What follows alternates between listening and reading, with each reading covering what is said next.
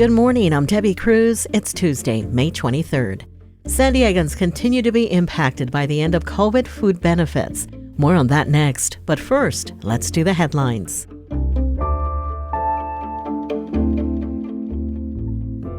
California, Arizona, and Nevada have agreed on using less water from the Colorado River so reservoir levels don't fall too low.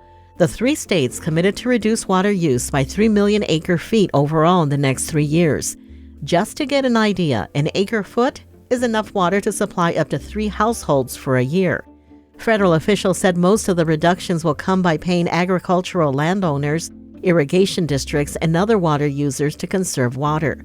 The money will come from the more than $1 billion Inflation Reduction Act. Officials say it's a short-term deal to build stability and prepare for 2026. Some MTS bus routes in the South Bay and East County are still not operating as negotiations continue between Transdev and its bus operators. The bus operators are represented by the Teamsters Union. Drivers, mechanics, utility workers, and others from Transdev are striking for sanitary bathrooms, safe places to take breaks, and a fair contract. Negotiations between Transdev and the union started last October, and more than 600 drivers are currently affected.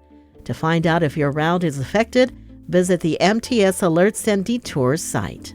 May gray is in full effect. The National Weather Service says the skies will be cloudy all week. Temps are expected to stay in the mid-60s, so make sure you grab a light jacket when you head out of the house. Today, temps will be around 66 degrees.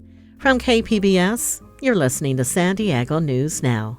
Stay with me for more of the local news you need.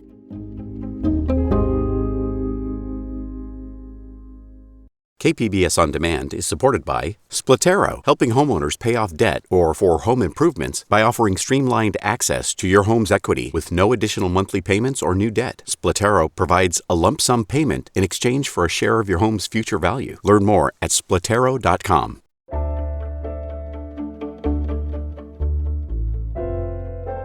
The U.S. Senate passed a resolution last week to allow the Department of Homeland Security to consider an applicant's use of food stamps against their bid for citizenship. The Biden administration has promised to veto the change, but it's not the only threat facing food insecure San Diegans. It's been more than 2 months since the COVID emergency food benefits ended in California. Reporter Katie Hyson spoke with neighbors who are already feeling the strain. I just hope the state, the federal government, somebody wakes up. It's like people are going to starve. Maria Hernandez lives with her 17-year-old daughter in Poway. They survive off Hernandez's disability check and their combined CalFresh benefits. In March, the COVID emergency allotments ended. Their monthly grocery assistance went from about $600 down to just $160. $160 for me and my daughter. This nothing. You can't survive. With the extra benefits, Hernandez used to buy fresh vegetables and lean meats. Now, they eat what they can afford: ground beef and tuna fish, mac and cheese and top ramen. Produce from food pantries often goes bad within a day, she says. The nutritional change reflected in her doctor's visits for her diabetes. The processed food is cheaper, which is sad. My sugars were leveled, but now they're going up and down again. Hernandez works the grocery sales, but still has to dip into savings. When she had the extra benefits, she set some aside each month to prepare for the day when they would end. She has a stockpile in her pantry. She estimates it will last 2 more months. There's going to be times where, I'm going to just let her eat or whatever the case may be, because I can't afford it. The end of the emergency allotments resulted in an estimated loss of more than 7.5 million meals a month in San Diego County. Hernandez is one of many. And a lot of people think it's just unhoused. That's Carissa Casares, a Feeding San Diego spokesperson. It's not. It could be your neighbor, it could be your friend, it could be a colleague. Food banks, already strained by record food inflation and rising transport costs, are reporting increased demand they're unable to meet. Casares says the emergency allotments are irreplaceable. There's no solution to this, really. This was a huge loss. Food banks can't just simply come up with the replacement. We're struggling already with donations that are down. Hunger Coalition CEO Anahid Braki puts this into perspective. The loss of these emergency allotments is worse than if every single food bank and food pantry closed their doors. Braki says CalFresh benefits have other advantages over food banks. The dollars are spent locally. They're accessible for those who can't make it to a food bank and can be spent on foods appropriate to someone's culture and diet. And Braki says many San Diegans who are eligible are not enrolled.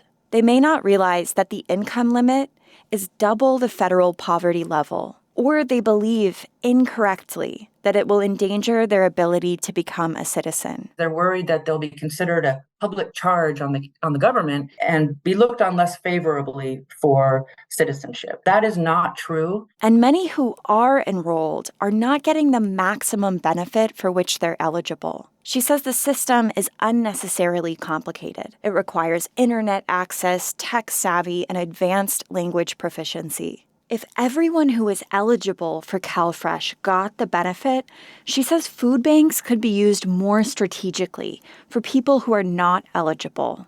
And no one should be embarrassed. The numbers just don't work out when you look at the salaries and you look at the cost of living. So it really isn't a sign of personal failing. This is really an equity issue. Braki and other advocates are eyeing a piece of legislation that, if approved, would increase the monthly minimum CalFresh benefits from $23 per month to $50. It's an increase almost big enough to cover a gallon of milk and a dozen eggs each week. Meanwhile, Hernandez's stockpile is running out. Katie Hyson, KPBS News.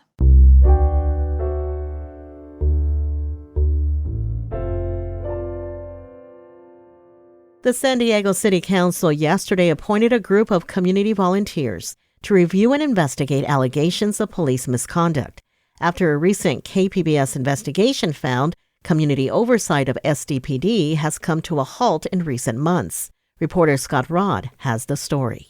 Dozens of nominees from the community appeared before city council members. Each made their case as to why they're qualified to oversee San Diego police. The council chose 25 of them to serve on the Commission on Police Practices. Ramon Montaño Marquez is among the volunteers selected.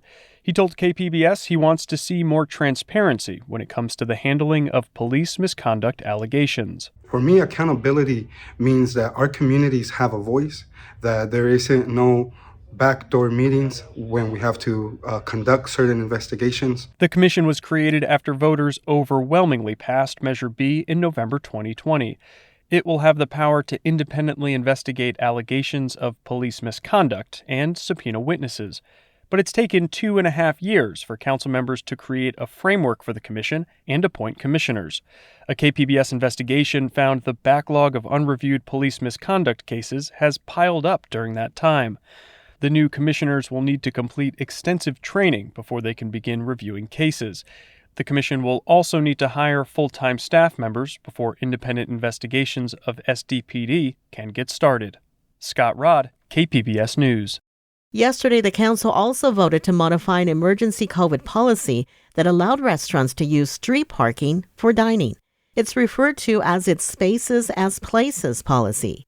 Reporter Kitty Alvarado tells us business owners that want to keep those spaces will have to pay. The California Coastal Commission said Spaces as Places violates access, traffic, and fire safety regulations. Mike Solton, the owner of Kojak's in Mission Beach, says the policy has outlived its purpose. And I'm glad they did it because that kind of helped the situation during COVID.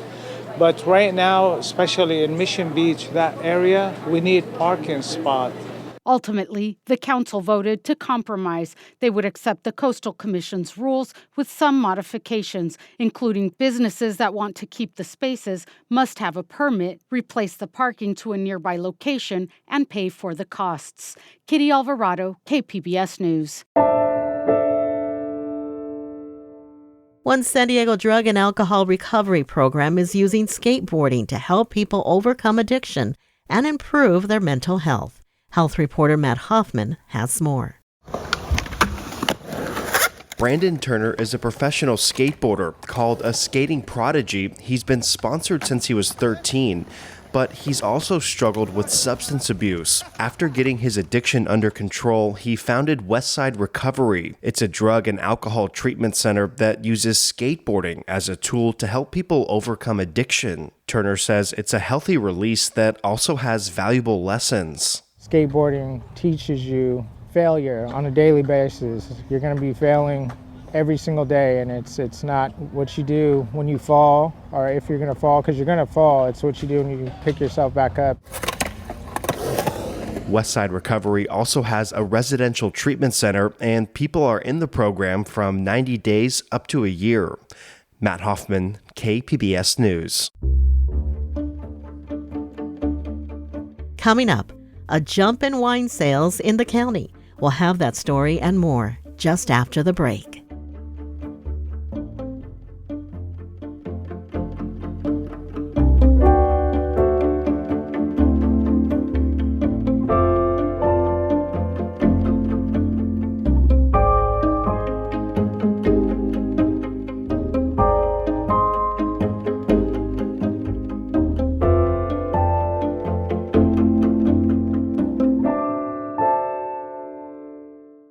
KPBS On Demand is supported by UC San Diego's Art Power, presenting cellist Joshua Roman, performing from his album Immunity, alongside music by J.S. Bach and more. Sunday, June 22nd at UC San Diego's Epstein Family Amphitheater. Reserve your tickets at artpower.ucsd.edu.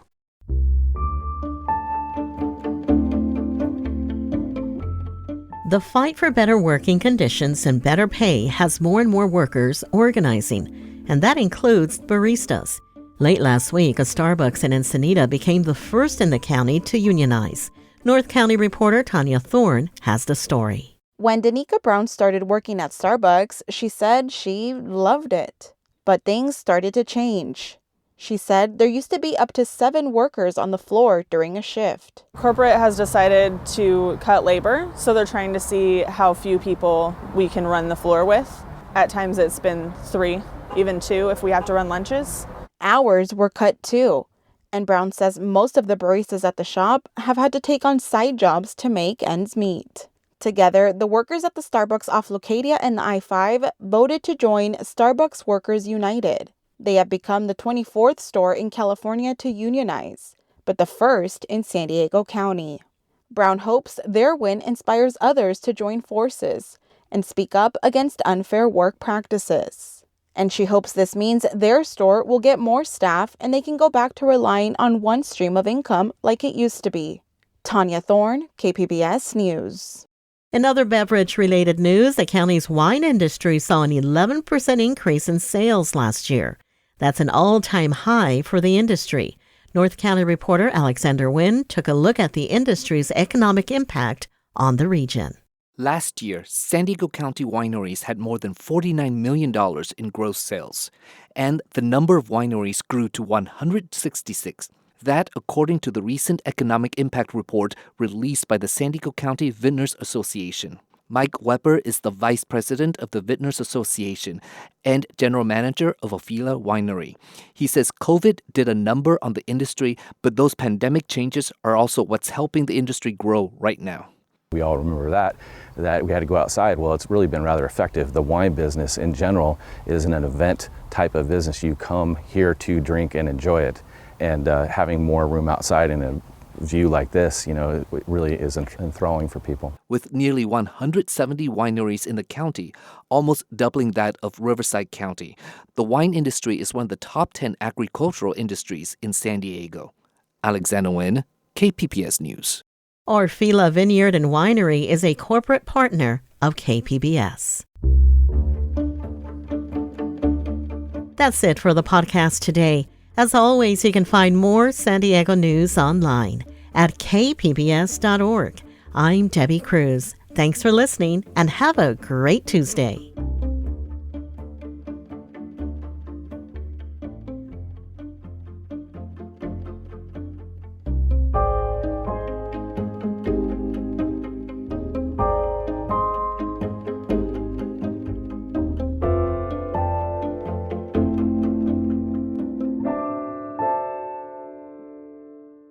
KPBS On Demand is supported by Latino Legacy Foundation, presenting their Storyteller series, Reach for the Stars with Ellen Ochoa, the first Latina astronaut. Welcome Serenade by the all-female mariachi Amapolas, Sunday, June 29th. More at latinolegacyfoundation.org.